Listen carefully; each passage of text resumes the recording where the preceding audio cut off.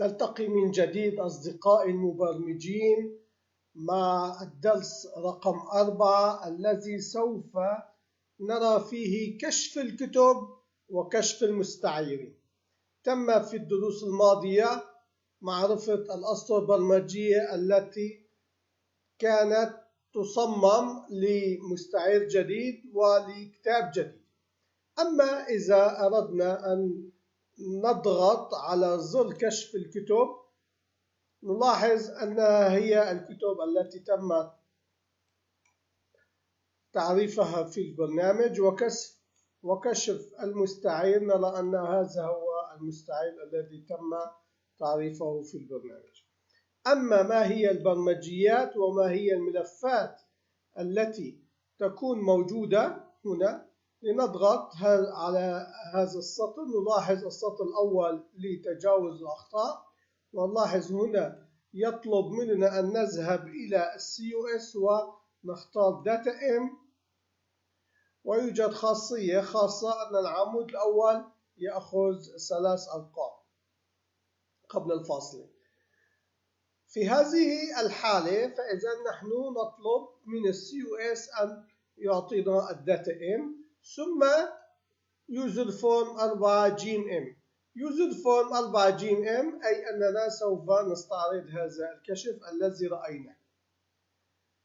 لنذهب ونرى الملف الذي تم طلبه data M. في COS يوجد ملف اسمه data M.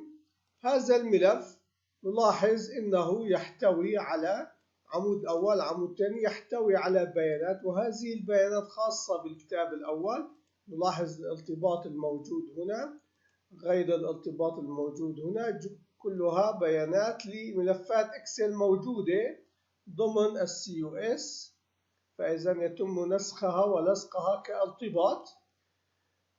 أما السطر التالي الذي سوف يتم شرحه فهو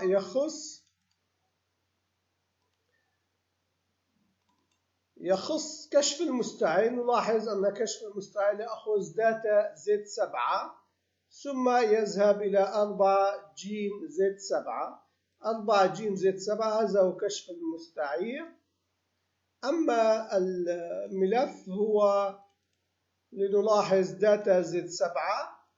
سوف نذهب أيضا إلى COS ونرى الداتا Z7 ما تحتوي، إنها متشابهة مع كشف المواد. نلاحظ هذا هو كشف المستعير، كل سطر فيه خاص بمستعير معين.